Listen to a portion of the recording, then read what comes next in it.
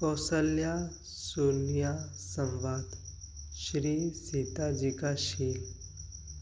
सब लोग कह रहे हैं कि हम इस सुख के योग्य नहीं हैं, हमारे ऐसे भाग्य कहाँ।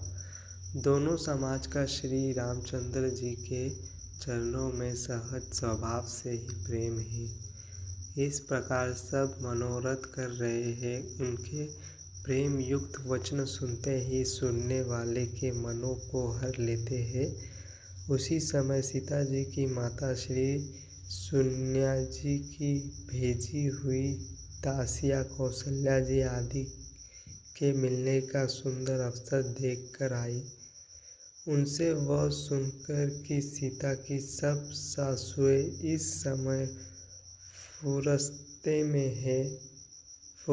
में है, जानकी का रानीवास उनसे मिलने आया। कौशल्या जी ने आदरपूर्वक उनका सम्मान किया और समयोचित आसन लाकर दिया। दोनों और सबके शील और प्रेम को देखकर और सुनकर कठोर वज्र भी पिघल जाता है। शरीर पुलकित और शीतल है और नेत्रों में शोक और प्रेम है, आंसू है। सब अपने पैरों के नखों से जमीन कुतरते और सोचने लगे। सभी श्री सीताराम जी के प्रेम की मूर्ति से है, मानो स्वयं करुणा ही बहुत से वेश रूपी धारण करके वासुर रहे हो, दुख कर रही हो। सीता जी की माता सुनिया जी ने कहा, विधाता की बुद्धि बड़ी टेढ़ी है, जो दूध के फेन जैसे कोमल वस्तु को वज्र की टाकी से फोड़ रहा है, अर्थात जो अत्यंत कोमल और निर्दय है, उन पर विधाता पर विपत्ति ठहर रही है। अमृत केवल सुनने में आता है और विषय जहाँ तहाँ प्रत्यक्ष देख जाता है। विधाता की सभी क्रूरता भयंकर है, जहाँ तहाँ कुएं, आलू और बगुले ही दिखाई देते हैं। हंस तो एक मनोरस्व में है। यह सुनकर देवी सुमित्रा जी शोक के साथ कहने लगी, विधाता की चाल बड़ी ही विपरीत और विचित्र है, जो सृष्टि को उत्तम करके पालती है और फिर नष्ट कर डालती है। विधाता की बुद्धि बालकों के खेल के समान भोली, विवेक शून्य है। कौशल्या ने कहा कि किसी का दोष नहीं है, दुख सुख हानि लाभ सब कर्म के अधीन है। कर्म की गति कठिन है, उसे विधाता ही जानता है, जो शुभ और अशुभ सभी फल का देने वाला है। ईश्वर की आज्ञा सभी के सर पर है, उत्पाद स्थिर और लय तथा अमृत और विश्व से भी सर पर है, ये सब भी उसी के अधीन है। हे देवी, मोह सोच करना व्यर्थ है। विधाता का प्रचंड प्रपंच ऐसा ही अचल और अनादि है। महाराज के मरने और जीने की बात को हृदय में याद करके जो चिंता करती है, वह तो हे सखी, हम अपने ही हित की हानि देखकर करती है। सीता जी की माता ने कहा, आपका कथन उत्तम है और सत्य है। आप पुण्यात्माओं के सीमा रूपी अवधपति महाराज दशरथ जी की ही तो रानी है, फिर भला ऐसा क्यों न कहेगी। कौशल्या ने दुख भरे हृदय से कहा, श्री राम लक्ष्मण और सीता वन में जाए, इनका परिणाम तो अच्छा ही होगा, बुरा नहीं। मुझे तो भरत की चिंता है। ईश्वर के अनुग्रह और आपके आशीर्वाद से मेरे पुत्र और बुआएं गंगा जी के जल के समान पवित्र है। हे सखी, मैंने कभी श्री राम की सौगंध नहीं की, सो आज श्री राम की शपथ करके सत्य भाव से कहती हूँ। भारत के शील गुण, नम्रता, बड़प्पन, भाईपन, भक्ति, भरोसा और अच्छेपन का वर्णन करने में सरस्वती जी की बुद्धि ही हिचकती है। सीप से कहीं समुद्र उलीचे जा सकते हैं। मैं भरत का सदा कुल का दीपक जानती हूँ। महाराज ने भी बार बार मुझसे यही कहा था। सोना कसौटी पर कैसे जाने पर और रत्न पारखी के मिलने पर ही पहचाना जाता है, वैसे ही पुरुष की परीक्षा समय पड़ने पर उनके स्वभाव से ही उनका चरित्र देखकर हो जाता है। किंतु आज मेरे ऐसा कहना भी अनुचित है। शोक और स्नेह से सयापन काम हो जाता है। लोग कहेंगे कि मैं स्नेहवश भरत की बड़ाई कर रही हूँ। कौशल्या की गंगा जी के समान पवित्र करने वाली वाणी सुनकर सब रानियां स्नेह के मारे विकल हो उठी। कौशल्या जी ने फिर धीरज धरकर कहा, हे देवी मिथिलेश्वर, सुनिए। ज्ञान के भंडार श्री जानकी जी की प्रिय आपके कौन उपदेश दे सकता है। हे रानी, मौका पाकर आप राजा के अपनी ओर से कहे तो हो सके समझकर कहिए कि लक्ष्मण को घर रख लिया जाए और भरत वन को जाए। यदि यह राज्य राजा के मन में ठीक जच जाए तो भली भांति खूब विचार कर ऐसे यत्न करे। मुझे भरत का अत्यधिक सोच है। भरत के मन में गूढ़ प्रेम है। उनके घर रहने में मुझे भलाई नहीं जान पड़ती। यह डर लगता है कि उनके प्रेम की कोई भाई न हो जाए। कौशल्या जी का स्वभाव देखकर और उनकी सरल और उत्तम वाणी को सुनकर सब रानियां करुणा रस में लीन हो गई। आकाश से पुष्प वृक्ष की झाड़ी लग गई और धन्य धन की धावनी होने लगी। सिद्ध योगी और मुनि स्नेह से शीतल हो गए। सारा रविवास देखकर थकित रह गया, निशक्त हो गया। तब सुमित्रा जी ने धीरज कर कहा कि हे देवी, 2 घड़ी रात बीत गई है। यह सुनकर श्री राम जी की माता कौशल्या जी प्रेम पूर्वक उठी और प्रेम सहित सुसाध्वा से बोली, अब आप शीघ्र डेरे को पधारिए। हमारे तो अब ईश्वर ही गति है अथवा मिथिलेश्वर जानकी जी सहायक है। कौशल्या जी के प्रेम को देखकर और उनके विनम्र वचनों को सुनकर जानकी जी की प्रिय पत्नी ने उनके पवित्र चरणों पकड़ लिए और कहा, हे देवी, आपका राजा दशरथ जी की रानी और श्री राम जी की माता है। आपकी ऐसी नम्रता उचित नहीं है। प्रभु अपने निजी जाने का भी आदर करते हैं। अग्नि धुएं को और पवित्र और पर्वत घास को अपने सिर पर धारण करते हैं। हमारे राजा तो कर्म, मन और वाणी से आपके सेवक हैं और सदा सहायक तो श्री महादेव पार्वती जी है। आपका सहायक होने योग्य जगत में कौन है। दीपक सूर्य और सहायक करते जाकर कहीं शोभा पा सकते हैं। श्री रामचंद्र जी वन में जाकर देवताओं के कार्य करके अवधपुरी में आचर राजा करेंगे। देवता, नाग और मनुष्य सब श्री रामचंद्र जी की भुजाओं के बल पर अपने अपने स्थानों में सुखपूर्वक बसेंगे। अब सब यज्ञ वाल्मीकि मुनि ने पहले से ही से कर रखा है। हे देवी, मुनि का कथन व्यर्थ नहीं हो सकता। ऐसा कहकर बड़े प्रेम से पैर पकड़कर सीता जी को हाथ भेजने के लिए विनती करके और सुंदर आज्ञा पाकर तब सीता जी समेत सीता जी की माता डेरों को चली। जानकी जी अपने प्यारे कुटुंब से जो जिस योग्य था उसे उस प्रकार मिली। जानकी जी को तपस्वी के वेश में देखकर सभी शोक से अत्यंत ही व्याकुल हो गए।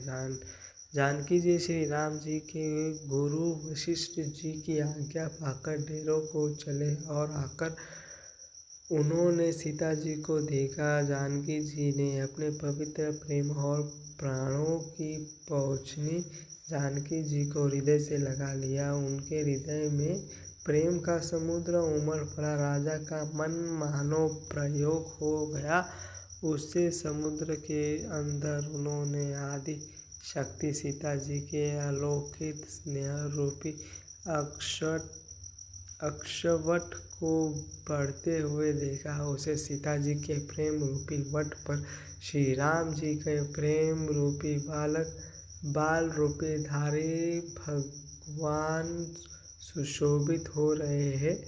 जानकी जी का ज्ञान रूपी चिरंजीवी मुनि व्याकुल होकर डूबते डूबते मानो उसे श्री राम प्रेम रूपी बालक का सहारा पाकर बच गया। वस्तुत विधिराज की बुद्धि मोह के मग्न नहीं है। यह तो श्री सीता राम जी के प्रेम की महिमा है जिसने उसे जैसे महान ज्ञान के ज्ञानी को भी विकल कर दिया। पिता माता के प्रेम में मारे सीता जी ऐसे व्याकुल हो गई कि अपने को संभाल ना सकी, परंतु परम धैर्यवती पृथ्वी की कन्या सीता जी ने समय और सुंदर धैर्य का वचन कर धैर्य धारण किया। सीता जी को तपस्विनी वेश में देखकर जानकी जी को विशेष प्रेम और संतोष हुआ। उन्होंने कहा,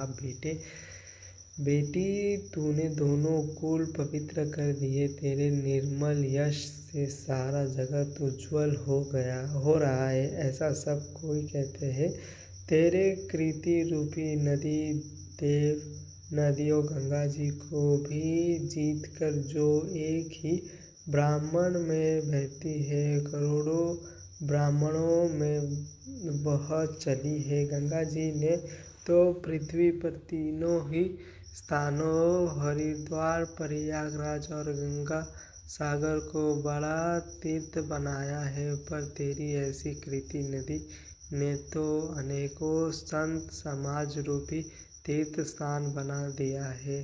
पिता जानकी जी ने तो स्नेह से सच्ची सुंदर वाणी कही, परंतु अपनी बढ़ाई सुनकर सीता जी मानो संकोच से समा गई। पिता माता ने उन्होंने फिर हृदय से लगा लिया और हित भरी सुंदर सीख और आशीष दिया। सीता जी कुछ कहती ही नहीं है, परंतु सब कुछ रही है कि रात में सासुओं की सेवा छोड़कर यह रहना अच्छा नहीं है। रानी सोनिया जी ने जानकी जी का रुख देखकर उनकी मन की बात समझकर राजा जानकी जी को जाना दिया।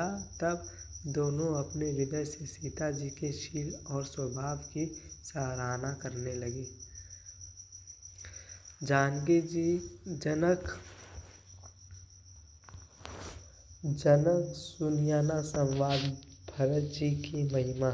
राजा रानी ने बार बार मिलकर और हृदय से लगाकर तथा सम्मान करके सीता जी को विदा किया।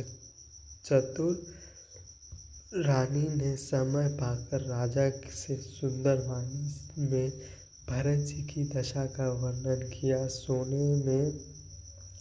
सोने में सुगंध और समुद्र से निकली हुई सुधा में चंद्रमा के सारे अमृत के समान भरत जी का व्यवहार सुनकर राजा ने प्रेम विह्वलित होकर अपने प्रेमाश्रुओं के जल से भरे नेत्रों को मोह लिया। वे भरत जी के प्रेम में मानो धन्यरत हो गए। वे शरीर से पुलकित हो गए और मन में आनंदित होकर भरत जी के सुंदर यश की सराहना करने लगे। वे बोले, हे सुमुखी। हे सन्यासी सावधान होकर सुनो, भरत जी की कथा संसार के बांधने से छोड़ने वाली है। धैर्य, राजनीति और ब्राह्मणों विचार, इस तीनों विषय में अपनी बुद्धि के अनुसार मेरी थोड़ी बहुत गति है, अर्थात अपने संबंध में कुछ जानता हूँ। वह धर्म, राजनीति और ब्रह्म ज्ञान में प्रवेश रखने वाली मेरी बुद्धि भरत जी की महिमा का वर्णन तो क्या करे, छल करके भी उनकी छाया तक को नहीं छू पाती। ब्रह्मा जी, गणेश जी, शेष जी, महादेव, सरस्वती जी, कवि, ज्ञानी, पंडित और बुद्धिमान, सब किसी को भरत जी के चरित्र, कृति, करनी, धर्मशील गुण और निर्मल ऐश्वर्य समझने में और सुनने में कुछ सुख देने वाले हैं, और पवित्र में गंगा जी का तात, स्वाद में अमृत का भी तिरस्कार करने वाले हैं। भरत जी असीम गुणों, संपत और उपमा रहित पुरुष है। भरत जी के समान बस भरत जी ही है, ऐसे जाने सुमेरु पर्वत को क्यों सरे के बराबर कह सकता है। इसलिए उन्होंने किसी पुरुष के साथ उपमा देने में कवि समाज की बुद्धि भी सूचक कही। हे श्रेष्ठ वर्ण वाली, भरत जी की महिमा का वर्णन करना सभी के लिए वैसा ही अगम है जैसे कि जल रहित पृथ्वी पर मछली का चलना। हे रानी सुनो, भरत जी की अपरिमित महिमा को एक ऐसी रामचंद्र जी जानते हैं, किंतु वे भी उनका वर्णन नहीं कर सकते। इसी प्रकार प्रेम पूर्वक भरत जी के प्रभाव का वर्णन करके फिर पत्नी के मन की रुचि जानकर राजा ने कहा, लक्ष्मण जी लौट जाए और भरत जी वन को जाए, इसमें सभी का भला है और यह सबके मन में है। परंतु हे देवी, भरत जी और श्री रामचंद्र जी का प्रेम और एक दूसरे पर विश्वास बुद्धि और विचार की सीमा में नहीं आ सकता। यद्यपि श्री रामचंद्र जी समता की सीमा है, तथापि भरत जी प्रेम और ममता की सीमा है। श्री रामचंद्र जी के प्रति अन्याय प्रेम को छोड़कर भरत जी ने समस्त परमार्थ, स्वार्थ और सुख की और स्वस्थ में भी मन से भी नहीं ताका है। श्री राम जी के चरणों का प्रेम से ही उनका साधन है और वही सिद्ध है। मुझे तो भरत जी का बस यही एकमात्र साधन जान पड़ा है। राजा ने बिखलकर प्रेम से गद होकर यह भरत जी भूलकर भी श्री रामचंद्र जी की आज्ञा को मन से भी नहीं टलेंगे। अंत स्नेह में केवश होकर चिंता नहीं करनी चाहिए। श्री राम जी और भरत जी के गुणों की प्रेम पूर्वक गणना करते करते सुनने पति पत्नी को रात पालक के समान बीत गई। प्रातःकाल दोनों राज समाज जागे और नहा कर देवताओं की पूजा करने लगे। श्री रामचंद्र जी स्नान करके गुरु वशिष्ठ जी के पास गए और चरणों की वंदना करके उनका रुख पाकर बोले, हे नाथ भरत, अवधपुर वासी तथा माताएं सब शोक से व्याकुल और वनवास से दुखी है। मिथिलापति राजा जनक जी को भी समाज सहित कलेश सहते बहुत दिन हो गए, इसलिए हे नाथ जो उचित हो वही कीजिए, आप ही के हाथ सभी की हित है। ऐसा कहकर श्री राम रघुनाथ जी अत्यंत ही सकुच गए। उनका शील स्वभाव देखकर प्रेम और आनंद से मुनि वशिष्ठ जी पुलकित हो गए। उन्होंने खुलकर कहा, हे राम, तुम्हारे बिना घर बार आदि संपूर्ण सुख के साझा दोनों राजमाओं को नरक के समान है। हे राम, तुम प्राणों के भी प्राण, आत्मा के भी आत्मा और सुख के भी सुख हो। हे तात, तुम्हें छोड़कर जिन्हें घर सुहाता है उन्हें विधाता विपरीति है। जहाँ भी श्री राम के चरणों कमलों के प्रेम नहीं है, वह सुख कर्म और धर्म चाल जाए। जिनसे भी राम प्रेम के प्रार्थना नहीं है, वह योग्य कुयोग्य है और वह ज्ञान ज्ञान है। तुम्हारे बिना ही सब दुखी है और जो सुख है वे तुम्हारे ही सुख है। जिससे कि किसी के जो कुछ है तुम्हारे सब जानते हैं। उनकी आज्ञा सभी के सिर पर है। कृपालु को सभी की स्थिति अच्छी तरह मालूम है। जनक वशिष्ठ जी संवाद। इंद्र की चिंता, सरस्वती का इंद्र का समझाना। अंत आप आश्रम को पधारिए। इतना कह मुनिराज स्नेह से शिथिल हो गए। सब श्री राम जी प्रणाम करके चले और ऋषि वशिष्ठ जी धीरज धरकर जानकी जी के पास आए। गुरु जी ने श्री रामचंद्र जी के शील और स्नेह से युक्त स्वभाव से ही सुंदर वचन राजा जानकी जी को सुना। हे महाराज, अब वही कीजिए जिनसे कि सब धर्मों सहित हित हो। हे राजन, तुम ज्ञान के भंडार, सुजान, पवित्र और धर्म में धीर हो। इसी समय तुम्हारे बिना इसी दुविधा को दूर करने में और कौन सा सामर्थ्य है। मुनि वशिष्ठ जी के वचन सुनकर जानकी जी प्रेम के मग्न होकर गए। उनके दशा देखकर ज्ञान और वैराग्य को भी वैराग्य हो गया, अर्थात उनके ज्ञान वैराग्य छूटे से गए। वे प्रेम से शिथिल हो गए और मन में विचार करने लगे कि हम यह आए, यह अच्छा नहीं किया। राजा दशरथ जी ने श्री राम जी की वन जाने के लिए कहा और स्वयं अपने प्रिय के प्रेम को प्रणाम कर दिया। प्रिय वियोग के प्राण त्याग दिए, परंतु हम सब इन्हें वन से और गहन वन को भेजने अपने विवेक की बढ़ाई में आनंदित होते हुए लौटेंगे कि हमें जरा भी मोह नहीं है। हम श्री राम जी को वन में छोड़कर चले आए। दशरथ जी की तरह मेरे नहीं तपस्वी मुनि और ब्राह्मणों यह सब सुने और देखकर प्रेमवश बहुत ही व्याकुल हो गए। समय का विचार करके राजा जानकी जी धीरज धरकर समाज सहित भरत जी के पास चले। भरत जी ने आकर उन्होंने आगे होकर लिया, सामने आकर अपने स्वागत किया और स्वयं युग अच्छी आसन दिए। तिरहुतराज जानकी जी कहने लगी, हे तात भरत जी, तुम्हारे श्री राम जी की स्वभाव मालूम ही है। श्री रामचंद्र जी सयुक्त और धर्म पुण्य है, सबका शील और स्नेह रखने वाले हैं। इसीलिए वे संकोच वश संकट सह रहे हैं।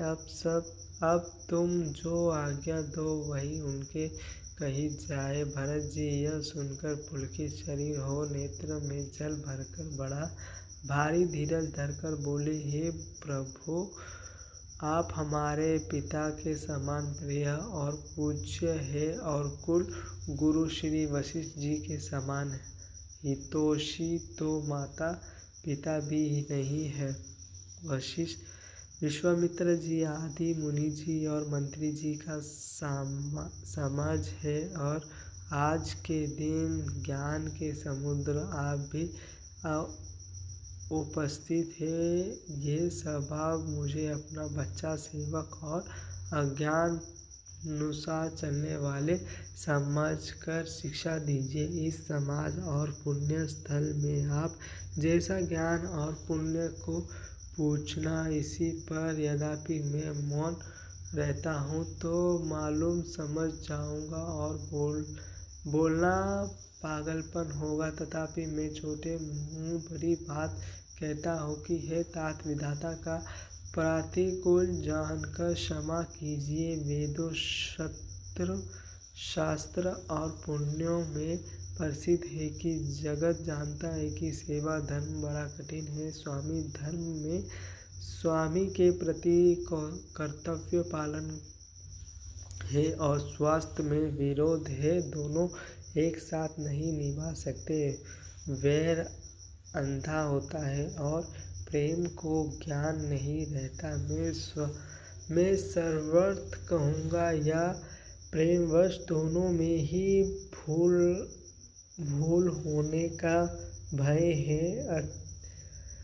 अथवा मुझे पराधीन जानकर मुझसे ना पूछकर श्री रामचंद्र जी के रूप, धर्म और सत्य के वृत्त को देखते हुए जो सब समर्थ और सबके लिए हितकारी हो, आप सबके प्रेम पहचान कर वही कीजिए। भरत जी के वचन सुनकर और उनके स्वभाव देखकर राजा जानकी जी उनकी सराहना करने लगे। भरत जी के वचन सुगम और अगम, सुंदर, कोमल और कठोर है। उन्होंने अक्षर थोड़े हैं परंतु अर्थ अत्यंत अपार भरा हुआ है। जैसा मुख दर्पण में दिखता है और दर्पण अपने हाथों में है, फिर भी वह मुख का प्रतिबिंब पकड़ नहीं जाता है, इसी प्रकार भरत जी की यह अद्भुत वाणी भी पकड़ में नहीं आती। शब्द में उनका आशय समाज में नहीं आता, किसी से कुछ उत्तर देते नहीं बनता। तब राजा जानकी जी, भरत जी तथा मुनि वशिष्ठ जी समाज के साथ वहां गए जहाँ देवता रूपी कुमुदों को खिलाने वाले, सुख देने वाले चंद्रमा भी रामचंद्र जी थे।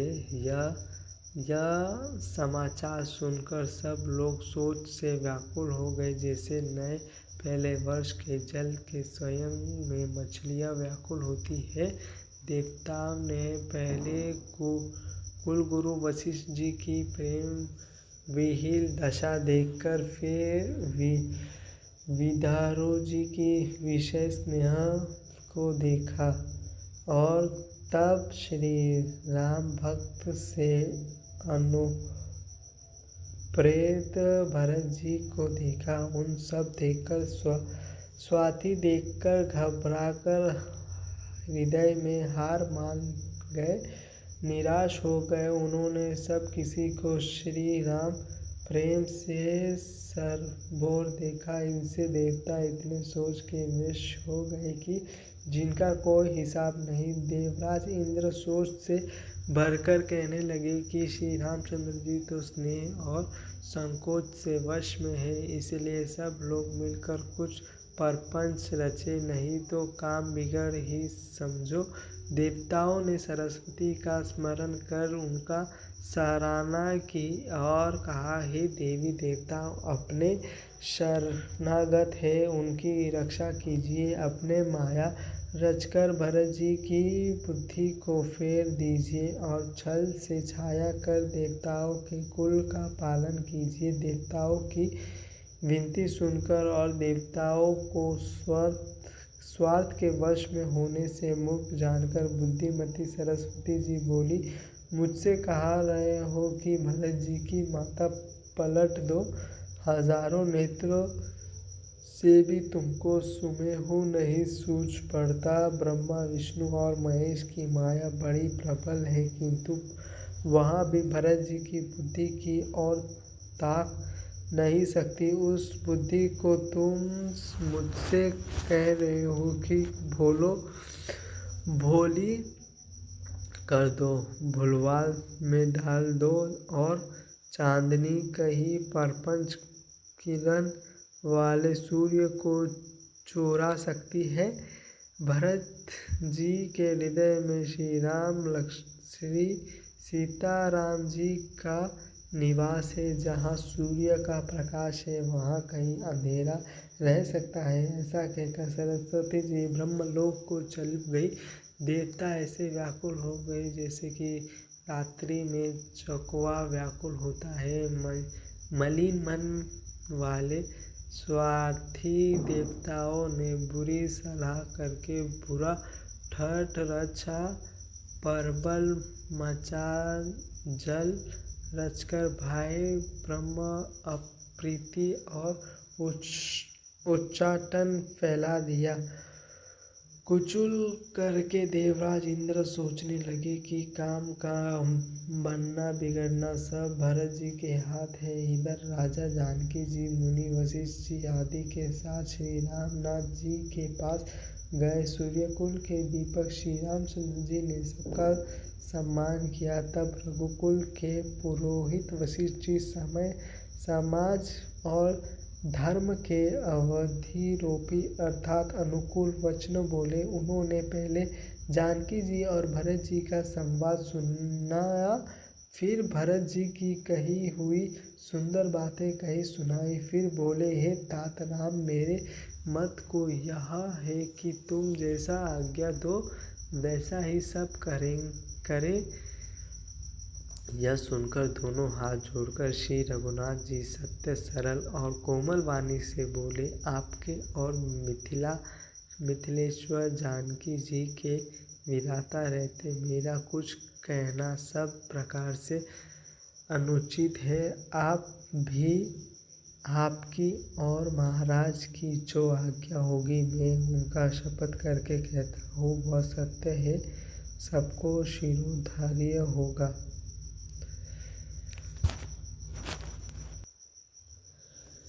श्री राम भरत संवाद।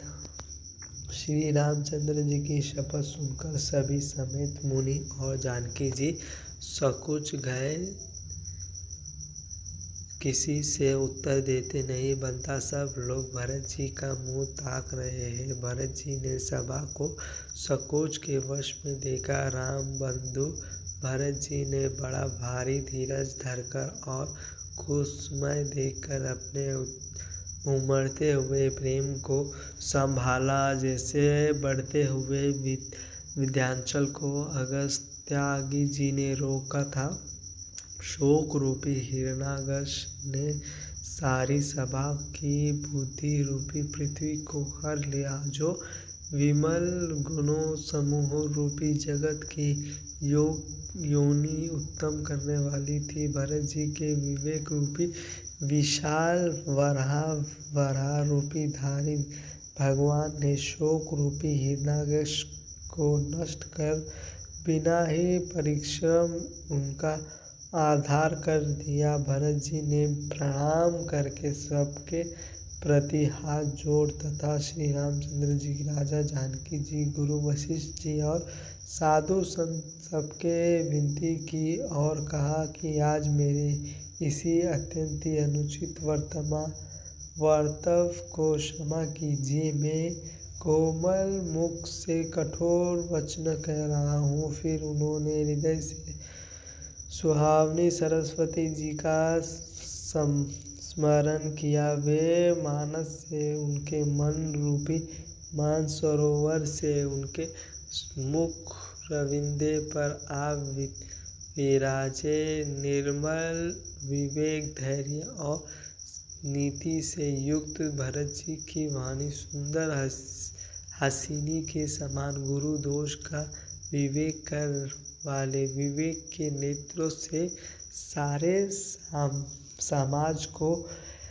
प्रेम से शीतल देके सबको प्रणाम कर श्री सीता जी और श्री रघुनाथ जी का स्मरण करके भरत जी बोले, हे प्रभु, आप पिता माता मित्र गुरु स्वामी पूज्य परम हितोषी और अत्यंतमय है। सरल हृदय, श्रेष्ठ मालिक, शील के भंडार, शरणागत के रक्षा करने वाले, सर्वजन सुजान, समर्थ, शरणागत का हित करने वाले, गुणों का आदर करने वाले और अवगुणों तथा पापों को हरने वाले, हे गोसाई आप शरीर स्वामी आप ही है और स्वामी के साथ द्रोह करने में मेरा समान मैं नहीं हूँ।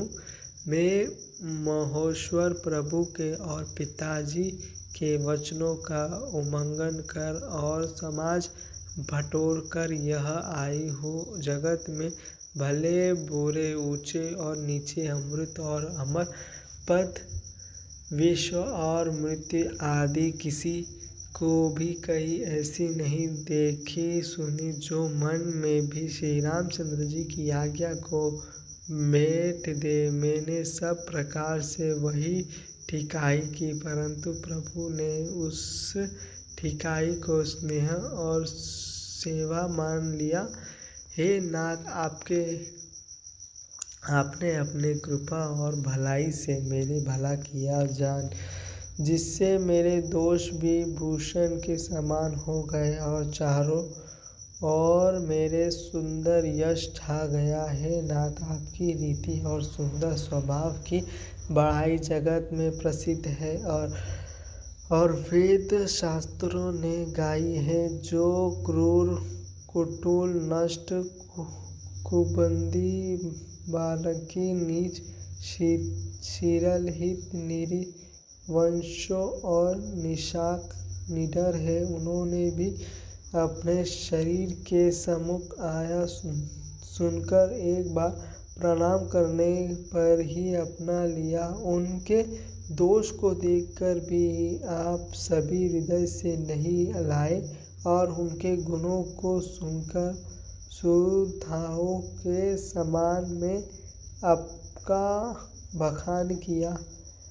ऐसा सेवक पर कृपा करने वाले स्वामी कौन है, जो आप ही सेवक के सारा साथ समाज सजा दे, उनकी सारी आवश्यकताओं को पूर्ण कर दे और स्वप्न में भी अपनी कोई करनी ना समझकर अथवा मैंने सेवक के लिए कुछ किया है ऐसा ना जानकर उलट सेवक को संकोच होगा, उनका सोच अपने हृदय में रखे।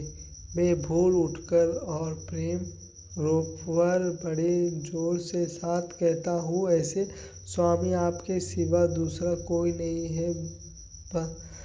बंदर आदि पशु नाचते और तोते सीखे हुए पाठ में प्रभावीन हो जाते हैं, परंतु तोते का पाठ पर प्रवीणता रूपी गुणों और पशु के नाचने की गति पढ़ने वाले और नाचने वाले के अधीन है।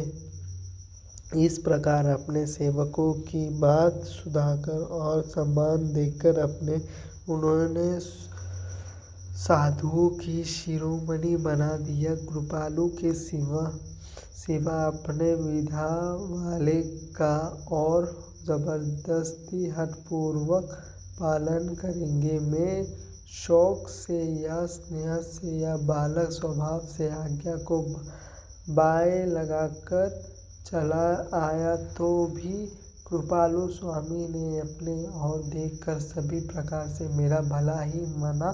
मैंने इस अनुचित कार्य को अच्छा ही समझा। मैंने सुंदर मंगलों के मूल आपके चरणों का दर्शन किया और यह जान लिया कि स्वामी मुझ पर स्वभाव से ही अनुकूल है।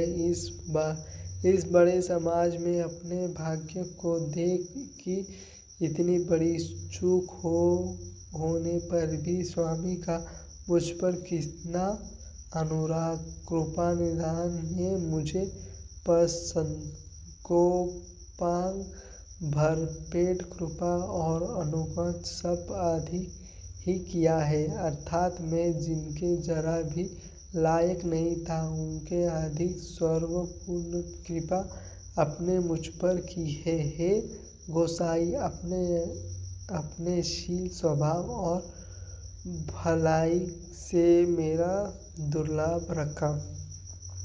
हे नाथ, मैंने स्वामी और समाज के संकोच को छोड़ अभिनय या विनय भारी जैसी रुचि हुई वैसे ही वाणी कहकर सर्वत्र ढिठाई की है। हे देव, मेरे अर्थ भाव को जानकर आप क्षमा करेंगे।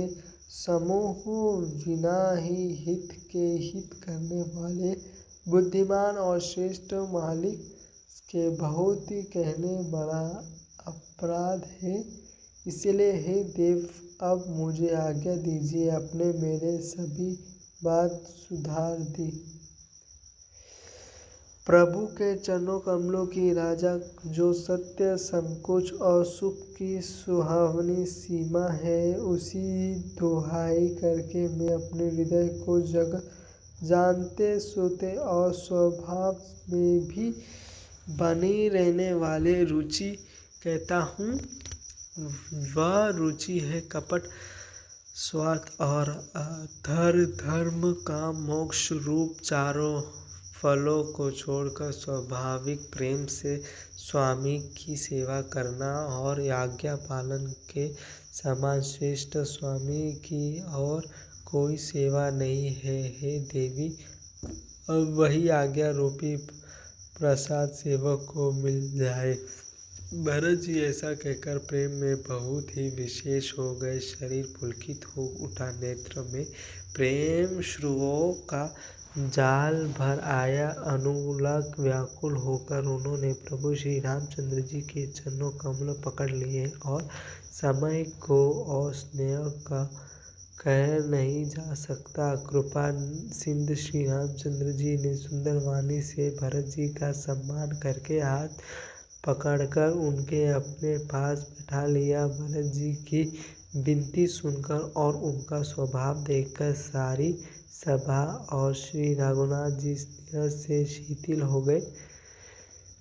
श्री रघुनाथ जी, सुधाओं का समाज मुनि वशिष्ठ जी और मिथिलापति जानकी जी स्नेह से शिथिल हो गए। सब मन ही मन भरत जी के भाईपना और उनकी भक्ति की अद्वितीय महिमा को सराहने लगे। देवता मुनिगण से मन से भरत जी की प्रशंसा करते हुए उन पर फूल बरसाने लगे। तुलसीदास जी कहते हैं कि सब लोग भरत जी का भाषण सुनकर व्याकुल हो गए और ऐसे सकुच गए जैसे रात्रि के आगमन में कमल। दोनों समाजों के सभी नर नारियों को दीन और दुखी देखकर महामणि मन इंद्र में मरे हुए को मारकर अपना मंगल कर चाहते हैं। देवता इंद्र कपट और कुचुल की सीमा है, उसी पराई हानि और अपना लाभ ही प्रिय है। इंद्र की रीति कोय के समान है, वह छली और मलिन मन है, उनकी कहीं किसी पर विश्वास नहीं है। पहले तो कुंती बुरा विचार करके कपट को बटोरा, उनके प्रकाश के कपट का साझा, फिर वह कपट जानी उच्चात सबके सिर पर डाल दिया। फिर देवमानियों ने सब लोगों को विशेष रूपी से मोहित कर दिया, किंतु श्री रामचंद्र जी के प्रेम से उनका अत्यंत बिछाव नहीं हुआ, अर्थात उनका श्री राम जी के प्रति प्रेम कुछ न कुछ तो बना ही रहा। भय और उच्चाट के बेश किसी का मन स्थिर नहीं है। क्षमा में उनका वन में रहना में इच्छा होती है और क्षमा में उन्होंने घर अच्छे लगने लगते हैं। मन की इस प्रकार की दुविधाएं स्थितियां के प्रेम दुख हो रहे हैं, मानो नदी और समुद्र के संगम का जाल शुभम हो रहा हो। जैसे नदी और समुद्र के संगम का जाल स्थिर नहीं रहता, कभी इधर आता और कभी उधर जाता है, उसी प्रकार की दशा प्रजा के मन की हो गई। चित्त दो तरफा हो जाने से वे कभी संतोष नहीं पाते और एक दूसरों के अपना मार्ग भी नहीं कहते। कृपा निधान श्री रामचंद्र जी यह दशा देखकर हृदय में हंसकर कहने लगे, कुरुता इंद्र इंद्र और नवयुवकगामी पुरुष एक सरीखे एक ही स्वभाव के हैं, पर न्याय व्याकरण के अनुसार श्रवण, यौवन और महावन शब्दों का रूप भी एक सरीखे होता है। भरत जी, जानकी जी, मुनिजन, मंत्री और ज्ञानी साधु संत को छोड़कर अन्य सभी पर जिस मनुष्य को जिस योग के जिस प्रकृति और जिस स्थिति का पाया, उसी पर वैसा ही देवमणि लगा गए। कृपा सिंध श्री रामचंद्र जी ने लोगों को अपने स्नेह और देवराज इंद्र के भारी छल से दुखी देखा। सभा राजा जानकी, जनक, गुरु, ब्राह्मण और मंत्री आदि सभी की बुद्धि को भरत जी की भक्ति ने कील दिया। सब लोग चित्रलिख से श्री रामचंद्र जी की ओर देखे रहे हैं। संकुचते हुए, सिखाए हुए से वचन बोलते हैं। भरत जी की प्रीति नम्र, विनय और बड़ाई सुनने में सुख देने वाली है, पर उनके वर्णन करने में कठिनता है। जिनकी भक्ति का लवलेश देखकर मुनिराज और मिथिलाश्वर जानकी जी प्रेम में मग्न हो गए। और भरत जी की महिमा तुलसीदास जी कैसे कहे। उनकी भक्ति और सुंदर भाव से कवि के हृदय में सुगंध उलस रही है, परंतु वह बुद्धि अपने को छोटी और भरत जी की महिमा को बड़ी जानकर कवि परमपद की मर्यादा को मानकर सकुचा गए। उनका वर्णन करने का साहस नहीं कर सका। उनका गुणों में रुचि तो बहुत है, पर उन्होंने कहा नहीं सकते। बुद्धि की गति बालक का वचन की तरह हो गई, वह कठुमती हो गई। भरत जी का निर्मल यश निर्मल चंद्रमा है और कवि की सद्बुद्धि चकोर है, जो भक्ति के हृदय रूपी निर्मल आकाश में उसे चंद्रमा को आदित्य देकर उनके ओर टकटकी लगाए देखते ही रह गए। तब उनके वर्णन कौन करे। भरत जी के स्वभाव का वर्णन वेदों के लिए भी सुगम नहीं है। अंत मेरे तुच्छ बुद्धि की चंचलता को कवि लोग क्षमा करेंगे। भरत जी की स्वभाव को कहते सुनते कौन मनुष्य श्री सीताराम जी के चरणों के अनुरक्त न हो जाएगा।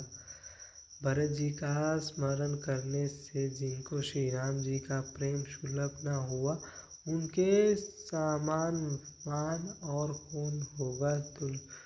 दयालु और सुजान श्री राम जी ने सभी की दशा देखकर और भक्ति भरत जी के हृदय में स्थिति जानकर धर्म धुरंधर, धीर, नीति के चतुर, सत्य, स्नेहशील और सुख के समन्वित और प्रीति के पालन करने वाले श्री रघुनाथ जी देश, काल, अवसर और समाज को देखकर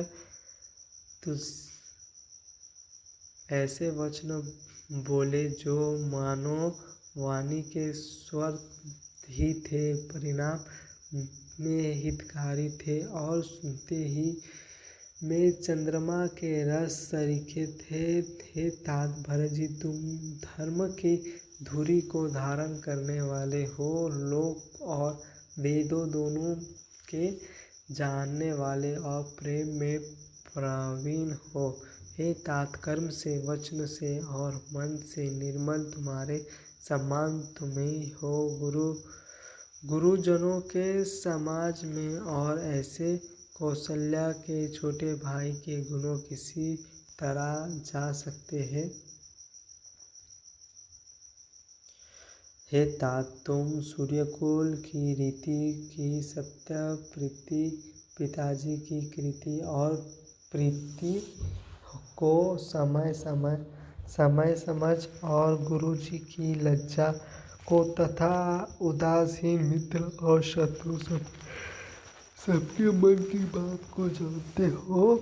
तुमको सबके कर्म का और अपने तथा मेरे परम हितकारी धर्म का पता है। यद्यपि मुझे तुम्हारा सब प्रकार से भरोसा है, तथापि मैं समय के अनुसार कुछ कहता हूँ। हे तात, पिताजी की बिना उनके अनुरोध प्रति में हमारे बात केवल गुरु वंश की कृपा ने ही सहला रखी है, नहीं तो हमारे समेत प्रजा कुटुंब परिवार सभी बर्बाद हो जाते हैं।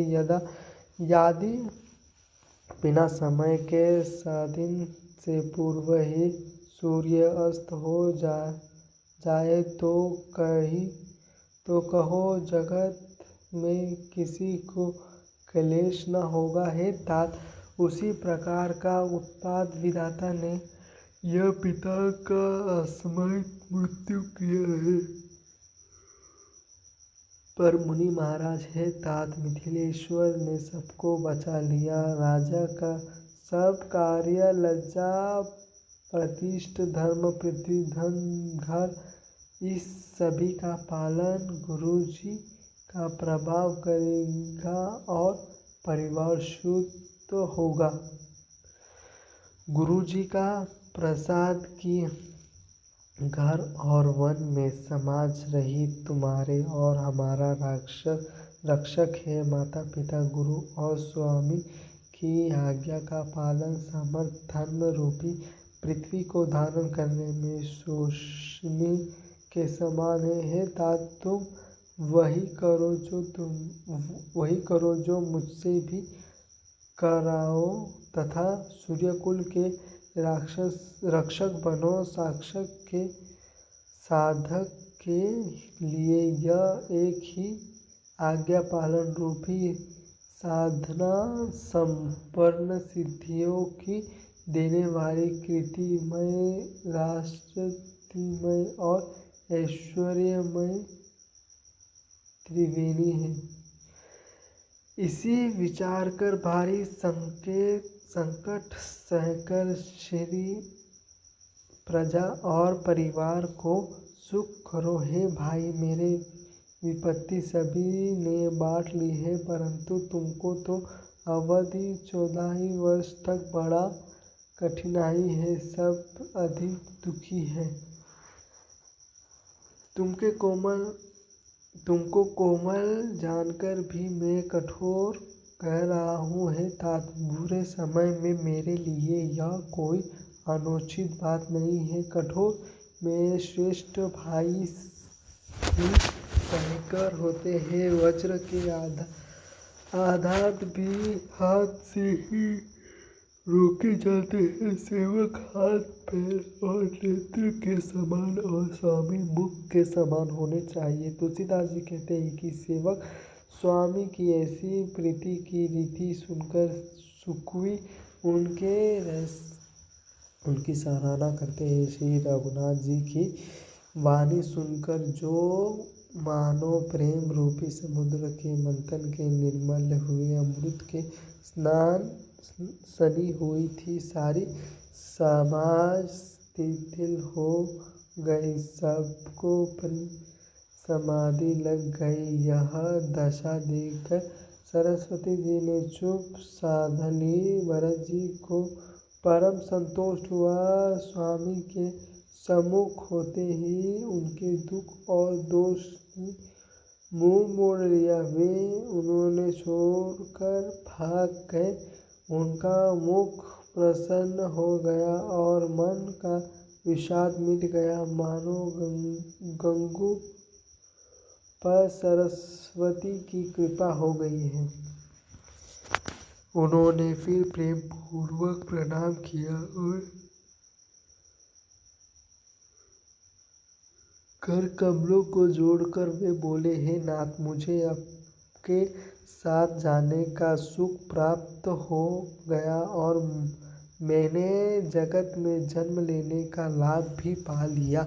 हे कृपालु, अब जैसे आज्ञा हो उसी को मैं सिर पर धर कर आदर पूर्वक करूं, परंतु देव आपके मुझे वह अबलबंद दे आपकी सेवा कर मैं अवधि का पार पाऊँ जाऊँ। हे देव स्वामी के अभिषेक के लिए गुरुजी की आज्ञा पाकर मैं सब तिथि का जाल तेल आता हूँ। आपके लिए क्या आज्ञा होती है? मेरे मन में एक बड़ा मनोरथ है जो भय और संकोच के कारण कहा नहीं जाता। श्री रामचंद्र जी ने कहा, हे भाई, कहो। तब प्रभु की आज्ञा पाकर भरत जी स्नेहपूर्वक सुंदर वाणी बोले, आज्ञा हो तो चित्रकूट के पवित्र स्थान, तीर्थ, वन, पक्षी, पशु, तालाब, नदी, झरने और पवित्र के समूह तथा विशेषकर प्रभु के चरणों चिन्ह से अंकित भूमि को देख आऊं। श्री रघुनाथ जी बोले, अवश्य ही अत्रि ऋषि की आज्ञा को सिर पर धारण करो, उनके पूछकर वे जैसे कहे वैसे करो और निर्भय होकर वन में विचारो। हे भाई, आरती मुनि के प्रसाद से वन मंगलों का देने वाला परम पवित्र और अत्यंत ही सुंदर है और ऋषियों के प्रमुख आत्रि जी यह आज्ञा दे वह लाया हुआ तीर्थ का जल स्थापित कर देना। प्रभु के वचन सुनकर भरत जी ने सुख पाया और आनंदित होकर मुनि यात्रीगण के चरण कमलों में सिर नवाया। सस्त सुंदर मंगलों का मूल भरत जी और श्री रामचंद्र जी का संवाद सुनकर स्वार्थी देवता रघुकुल की सराहना करके कल्पवृक्ष के फूल बरसाने लगे। भरत जी, धन्य है स्वामी श्री राम जी की जय हो। ऐसा कहते हुए देवता बालपूर्वक हर्षित होने लगे। भरत जी के वचन सुनकर मुनि वशिष्ठ जी, मिथिलापति जानकी जी और सभी के सब किसी को बड़ा उत्साह हुआ। भरत जी और श्री रामचंद्र जी की गुणों समूहों की तथा प्रेम की विधेल राज जानकी जी पुलकित होकर प्रशंसा कर रही है। सेवकों और स्वामी दोनों का सुंदर स्वभाव है। इसके निर्मय और प्रेम पवित्र को भी अत्यंत ही पवित्र करने वाले हैं। मंत्री और सभासद सभी प्रेम मग्न होकर अपने अपने बुद्धि के अनुरूप सराहना करने लगे। श्री रामचंद्र जी और भरत जी का संवाद सुनकर दोनों समाज के हृदय में हर्षित और विशेष भरत जी के सेवा धर्म को देखकर हर्ष के स्वाभाविक भावना से विशेष दोनों हुए।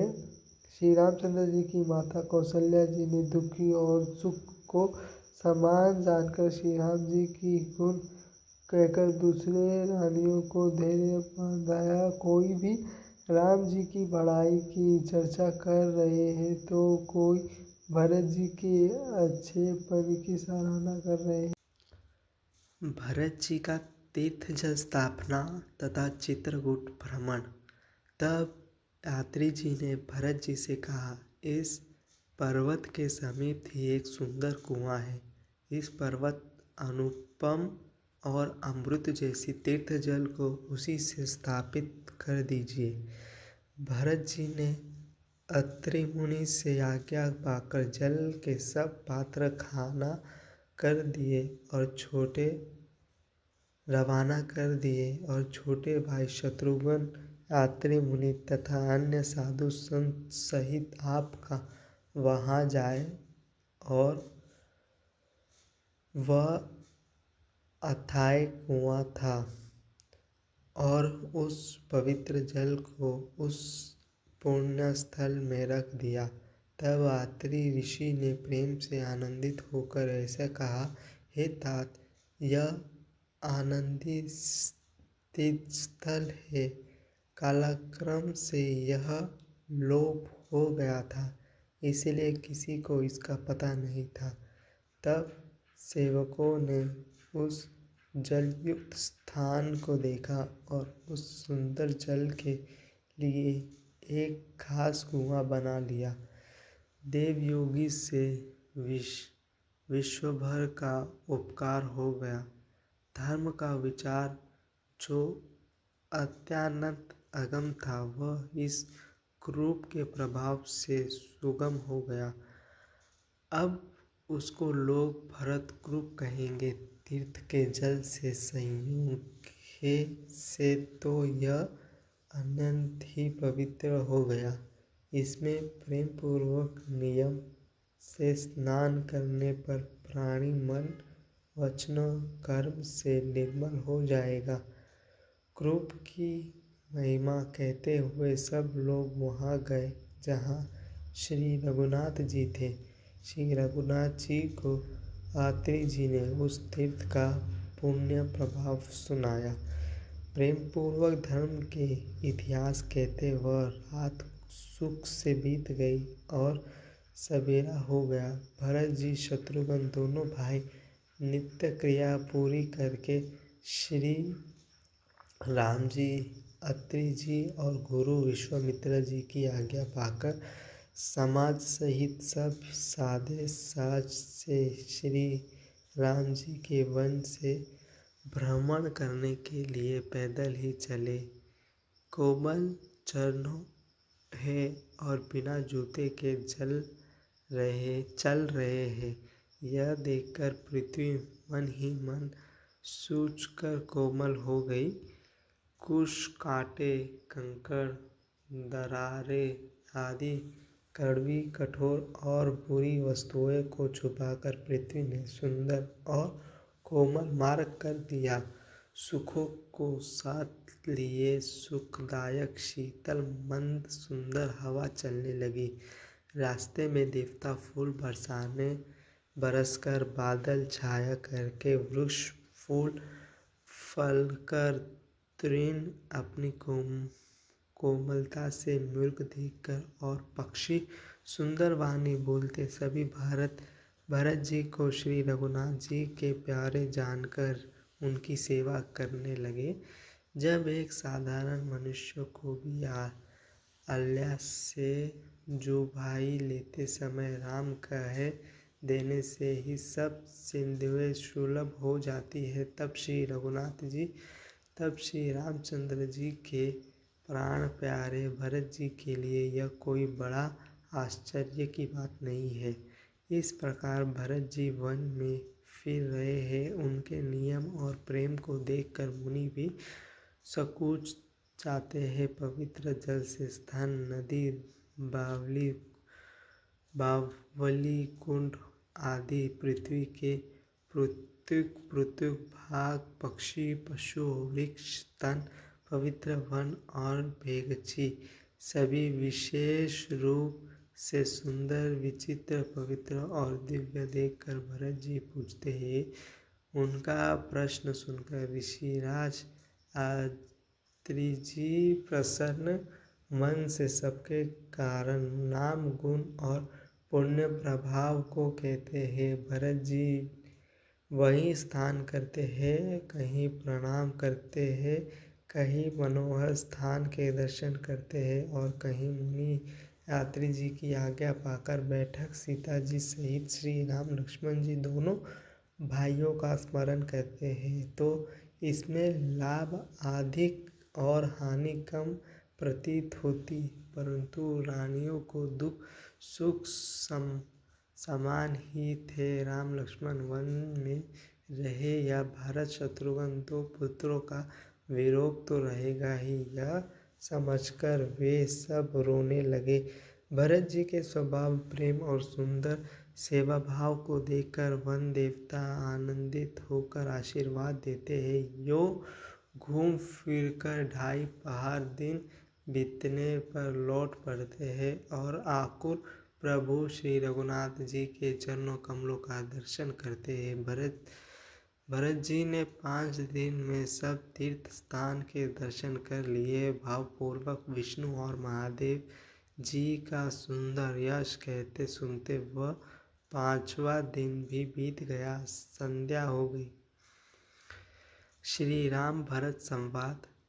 पादुका पदन भरत जी की विदाई।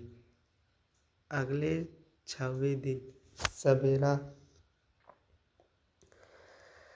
सवेरा स्नान करके भरत जी, ब्राह्मण, राजा जनक और सारा समाज आ जुटा।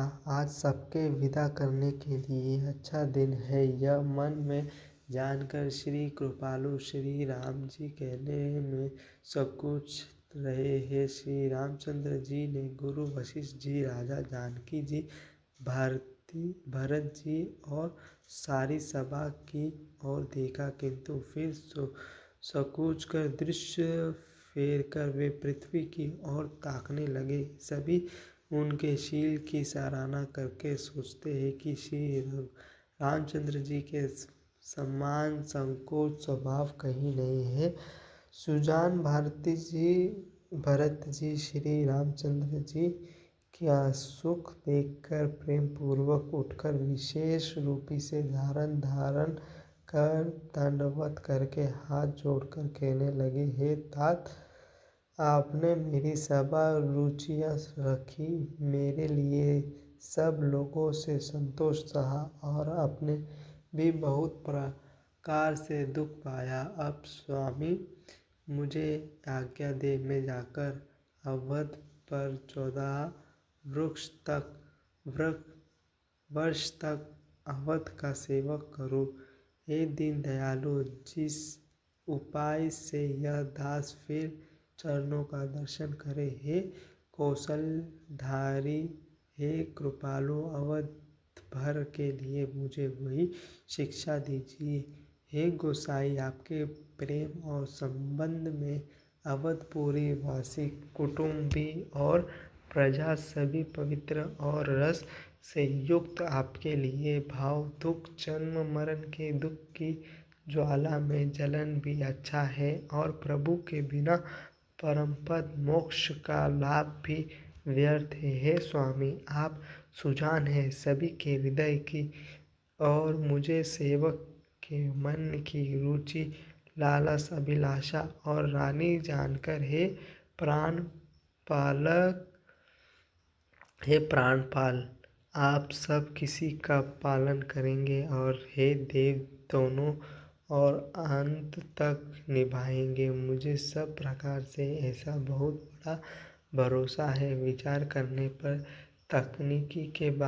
तिनके के बारे में भी सोच नहीं रहा जाता। मेरी दीनता और स्वामी का स्नेह दोनों ने मिलकर मुझे जबरदस्ती ठीक बना दिया है। हे स्वामी, इस बड़े दोष को दूर करके संकोच त्याग कर मुझे सेवक को शिक्षा दीजिए। दूध और जल को अलग अलग करने में हंसनी की सी गति वाली भरत जी की विनती सुनकर उनकी सभा ने प्रशंसा की। दीन बंधु और परम चतुर श्री राम जी ने भाई भरत जी के दीन और छल रहित वचन सुनकर देश काल और अवसर के अनुकूल वचन बोले। हे तात, तुम्हारी मेरी परिवार की, घर की और वन की सारी चिंता गुरु वशिष्ठ जी और महाराज जी जानकी जी को है। हमारे सिर पर जब गुरु जी, मुनि विश्वामित्र जी और मिथिलापति जानकी जी है, तब हमें और तुम्हें स्वप्न में भी क्लेश नहीं है। मेरे और तुम्हारा तो परम पुरुषार्थ, स्वार्थ, सुयश, धर्म और परमानर्थ इसी में है कि हम दोनों भाई पिताजी की आज्ञा का पालन करें। राजा की भलाई उनके व्रत की रक्षा से ही लोक और वेद दोनों में भला है। गुरु, पिता, माता और स्वामी की शिक्षा आज्ञा का पालन करने से गुरु मार्ग पर भी चलने पर पैर गड्ढे में नहीं पड़ता, पतन नहीं होता। ऐसा विचार कर सब सोच छोड़कर अवध जाकर अवधियारी उनका पालन करो। देश, खजाना, कुटुंब, परिवार आदि सब जिम्मेदारी तो गुरु जी की चरणों रज पर है। तुम तो मुनि वशिष्ठ जी, माताओं और मंत्रियों की शिक्षा मानकर तदनुसार पृथ्वी, प्रजा और राजधानी का पालन रक्षा करते रहना। तुलसीदास जी कहते हैं, श्री राम जी ने कहा, मुखिया मुख के समान होना चाहिए। जो खाने पीने को तो एक अकेला है, परंतु विवेक पूर्वक सब अंगों का पालन पोषण करता है। राजधर्म का सर्वार्थ भी इतना ही है जैसे मन के भीतर मनोरथ छिपा रहता है। श्री रघुनाथ जी ने भाई भरत को बहुत प्रकार से समझाया, परंतु कोई अबलाबंद पाए बिना उनके मन में न संतोष हुआ न शांति। इधर तो भरत जी का शील और उधर गुरु जी, मंत्रियों तथा समाज की उपस्थितियों रह देखकर श्री रघुनाथ जी संकोच तथा स्नेह के विशेष वशीभूमि हो गए।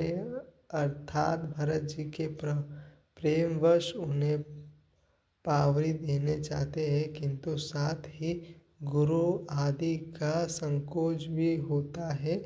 आखिर भरत जी के प्रेमवश प्रभु श्री रामचंद्र जी ने कृपा कर खड़ाऊ दे दी और भरत जी ने उन आदर पूर्वक सिर पर धारण कर लिया। करुणा निधान श्री रामचंद्र जी ने दोनों खड़ाऊ प्रजा के प्राणों की रक्षा के लिए मानो दो पहरेदार है। भरत जी के प्रेम रूपी रत्न के लिए मानो डिब्बा है और जीव के साधन के लिए मानो राम नाम के दो अक्षर है। रघुकुल की रक्षा के लिए दो किवाड़ है। कुरुक्षेत्र कर्म करने के लिए दो हाथ की भांति सहायक है और सेवा रूपी श्रेष्ठ धर्म के सुझाने के लिए निर्मल नेत्र है। भरत जी इस अवलंब के लिए जाने से परम आनंदित है। उन्होंने ऐसा ही सुख हुआ जैसे श्री सीताराम जी के रहने से होता है।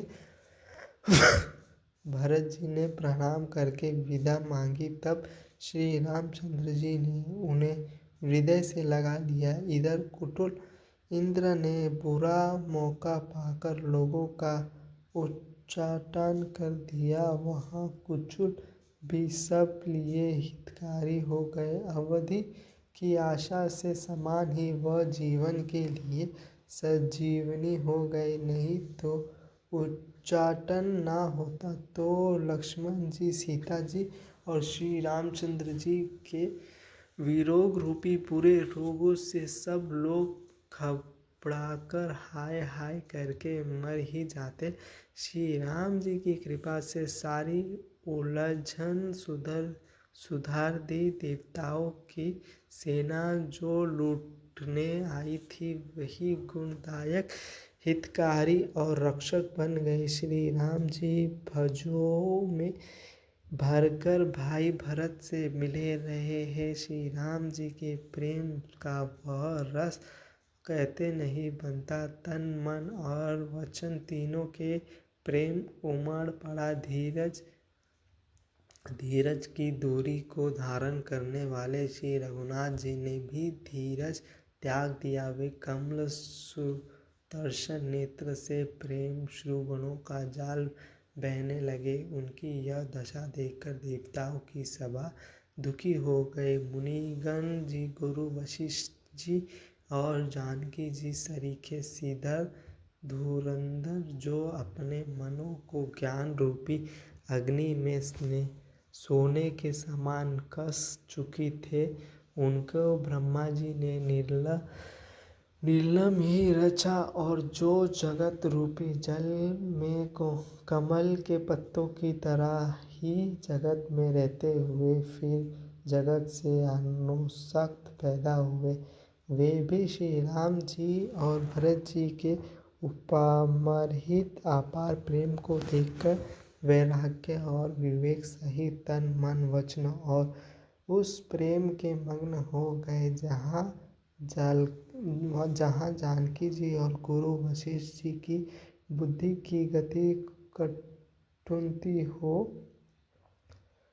कुंठित हो उसी दिव्य प्रेम को प्राकृत लौकिक कहने में बड़ा दोष है। श्री रामचंद्र जी और भरत जी के वियोग का वर्णन करते सुनकर लोग कवि को कठोर हृदय समझने, वह संकोच रस आकाशनीय है अथवा कवि की सुंदर वाणी उस समय उनके प्रेमों को स्मरण करके समुझ गई। भरत जी को भेंट कर श्री रघुनाथ जी ने उनके समझाया, फिर हर्षित होकर शत्रुघ्न को हृदय से लगा लिया। सेवकों और मंत्री भरत जी का रूप पाकर सब अपने अपने काम में जा लगे। यह सुनकर दोनों समाजों को दारुण दुख छा गया। वे चलने की तैयारियां करने लगे। प्रभु के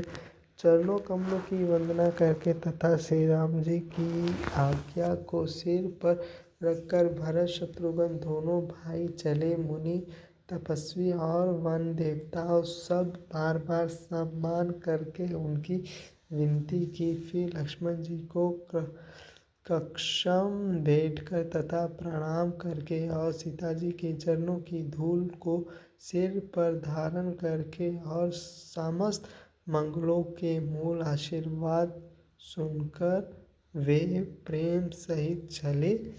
छोटे भाई लक्ष्मण जी समेत श्री राम जी ने राजा जानकी जी को सिर नवाया, उनकी बहुत प्रकार से विनती और बड़ाई की और कहा, हे देवा दयावंश, आपने बहुत दुख पाया, आप समाज सहित वन में आए, अब आशीर्वाद देकर नगर को पधारिए। यह सुन राजा जानकी जी ने धीरज धरकर गमन किया। फिर श्री रामचंद्र जी ने मुनि ब्राह्मणों और साधुओं को विष्णु और शिव के सम्मान जानकर सम्मान करके उनका विदा किया। तब श्री राम लक्ष्मण दोनों भाई रस के पास गए और उनके चरणों की वंदना करके आशीर्वाद पाकर लौट आए। फिर विश्वामित्र जी, वामदेव, चबली और शुभ आचरणों वाले कुटुंबी, नगर निवासी और मंत्री सबके छोटे भाई लक्ष्मण जी सहित श्री रामचंद्र जी ने यशयोग्य विनम्र एवं प्रणाम करके विदा किया। कृपा निधान श्री रामचंद्र जी ने छोटे, मध्य और बड़े सभा श्रेणी के रात्रि पुरुषों को सम्मान करके उनका लौटाया। भरत जी की माता कैकेयी के चरणों की वंदना करके प्रभु श्री रामचंद्र जी ने पवित्र निश्चल प्रेम के साथ उनसे मिलने भेंट कर तथा उनके सारे संकोच और सोच को मिटाकर पालकी सजाकर उनको विदा किया। प्राण प्रिय पति श्री रामचंद्र जी के साथ पवित्र प्रेम करने वाले सीता जी नेहर के कुटुंबियों से माता पिता से मिलकर लौट आए। फिर प्रणाम करके सब सासुओं से गले मिले। उनके प्रेम का वर्णन करने के लिए कवि के हृदय में उल्लास नहीं होता। उनकी शिक्षा सुनकर और मनचाहा आशीर्वाद पाकर सीता जी सासुओं तथा माता पिता दोनों ओर की प्रीति से समाई बहुत देर तक नीमक रहित। श्री रघुनाथ जी ने सुंदर पालकियाँ मंगवाई और सब माताओं को आशीर्वाद देकर उस पर चढ़ाया।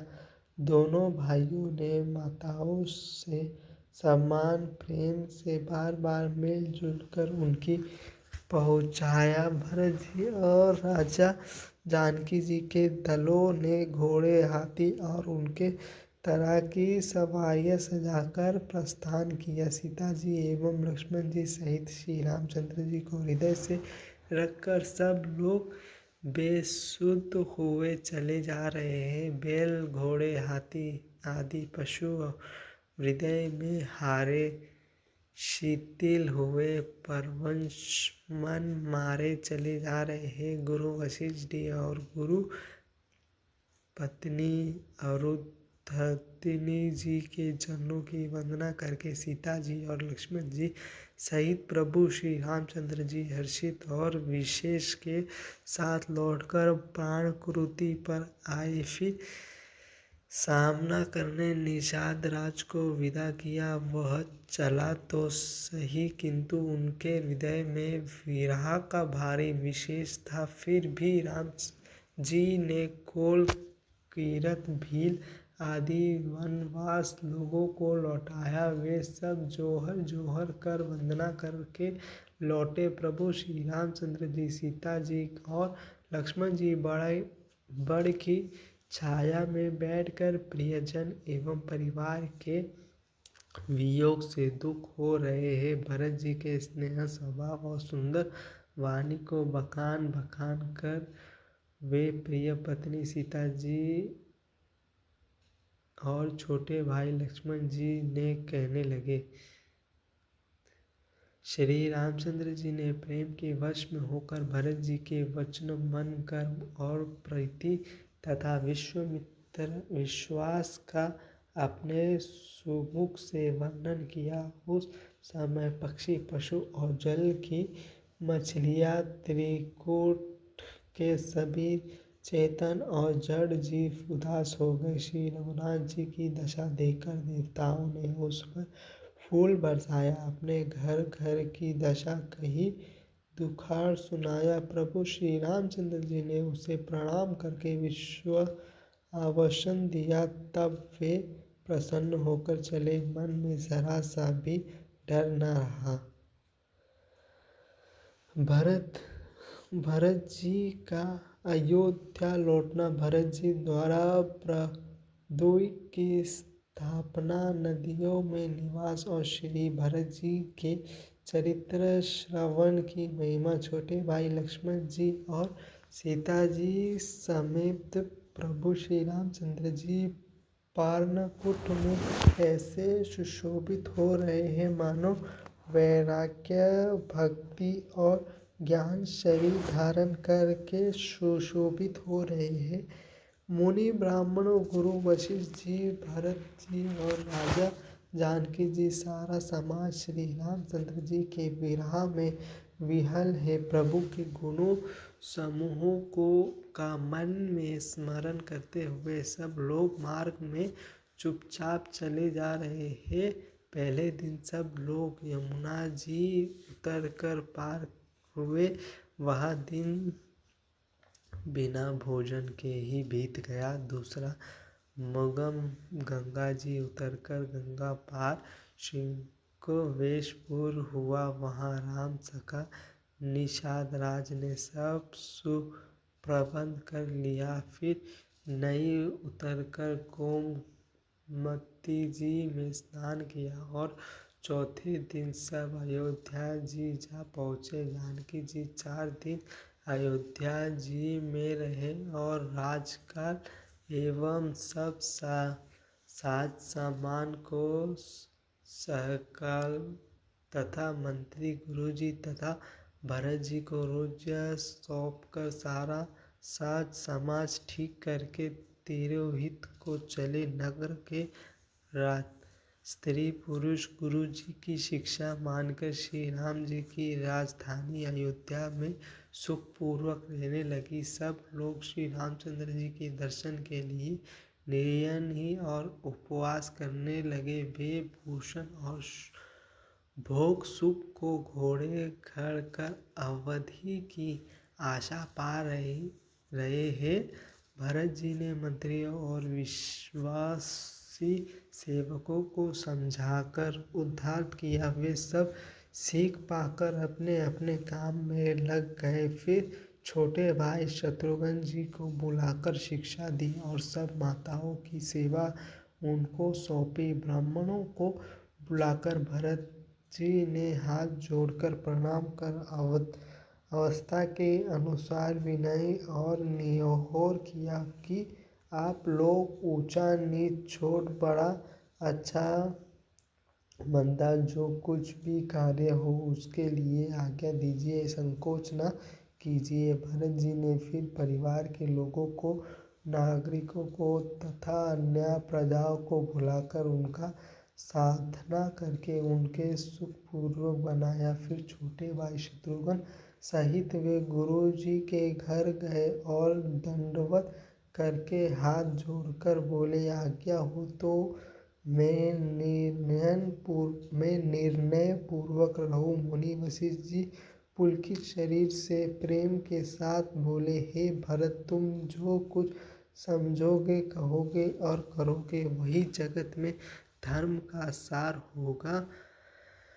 भरत जी ने यह सुनकर और शिक्षा तथा बड़ा आशीर्वाद पाकर ज्योतिषियों को बुलाया और दिन अच्छा मुहूर्त साधकर प्रभु के चरण पादुकों को निर्भक्ता पूर्वक सिंहासन पर विराजित कराया। फिर भी राम जी की माता कौशल्या और गुरु जी के चरणों को सिर नवाकर और प्रभु की चरण पादुका की आज्ञा पाकर धर्म की धुरा धारण करने में धीर भरत जी ने नंदिनी ग्राम में पर्णकुट बनाकर उसी में निवास किया। सिर पर जटाजूट और शरीर में मुनियों के वालकिल वस्त्र धारण कर पृथ्वी को खोदकर उसके अंदर कृष्ण की आसीन बिछाई। राजा भोजन वस्त्र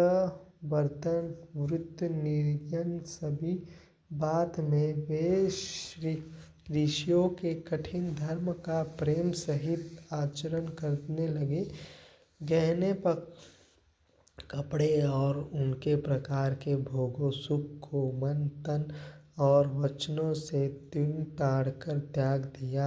जिस अयोध्या के राजा को देवराज इंद्र सहित थे और जहाँ के राजा दशरथ जी के समीप सुनकर कुबेर भी लजा जाते थे, उस अयोध्या पूर्वक में भरत जी अनासक्त होकर उसी प्रकार निवास कर रहे हैं जिसे चौपाई के बाग में बैराग श्री रामचंद्र जी के प्रेम बड़गड़ी पुरुष लक्ष्मण के विलास को वामन की भांति त्याग देते हैं, फिर उनकी ओर ताकते भी नहीं।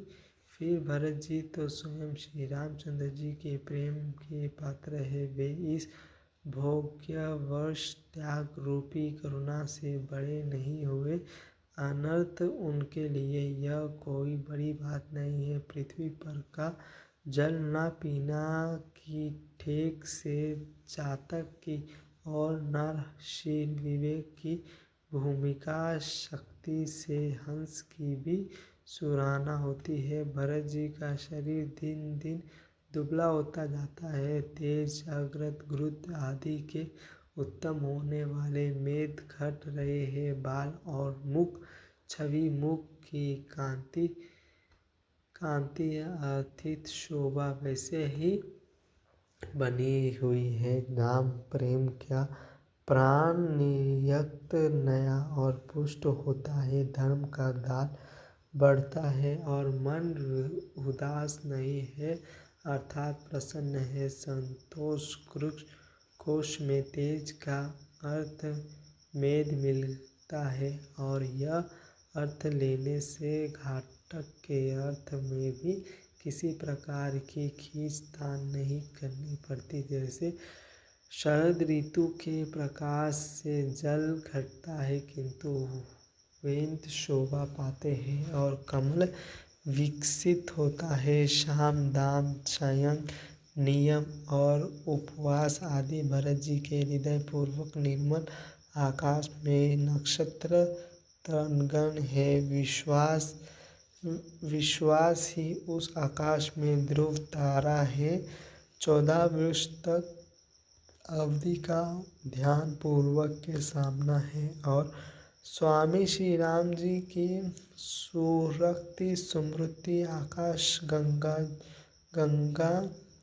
सरीखे प्रकाशित है। राम प्रेम ही उजाल सदा रहने वाला और कलंकारित चंद्रमा है। वह अपने समाज नातरों सहित निर्णय सुंदर सुशोभित है। भरत जी की रहने समझ करनी भक्ति वैराग्य निर्मल गुणों और ऐश्वर्य का वर्णन करने में सभी सुखवा चकुचते हैं क्योंकि वही और की तो बात ही क्यों।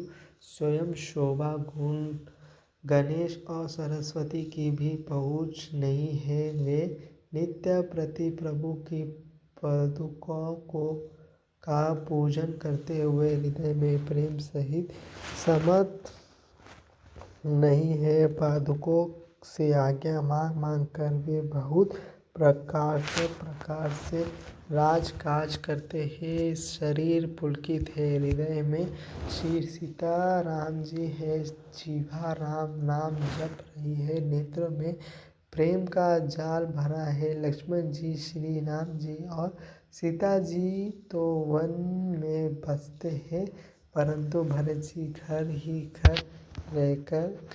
ही में रहकर तप के द्वारा शरीर को कस रहे हैं। दोनों ओर की स्थिति समझकर सब लोग कहते हैं कि भरत जी सब प्रकार से सराहने योग्य है। उनके उपयुक्त और नियमों को सुकर साधु संत भी सकुच जाते हैं और उनकी स्थिति देखकर मुनिराज भी लज्जित होते हैं।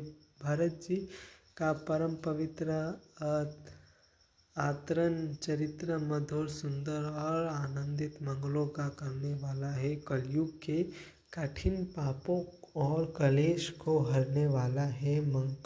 महामोही रूपी रात्रि को नष्ट करने के लिए सूर्य के समान है। पाप समूह रूपी हाथों के लिए सिंह है। सारे संतोष के दल का नाश करने वाला भरत भक्तों को आनंदित देने वाला और भाव के भार संसार के दुख का भाजन करने वाला तर्थ श्री राम प्रेम रूपी चंद्रमा का सार अमृत है। श्री सीताराम जी की प्रेम रूपी अमृत से परिपूर्ण भरत जी का जन्म आदि न होता तो मुनियों के मन को भी अगम यम नियम शाम दाम आदि कठिन व्रत का आचरण कौन करता। दुख संतोष दरिद्रता दभा आदि दोष को अपने सुयश के बहाने कौन हरण करता तथा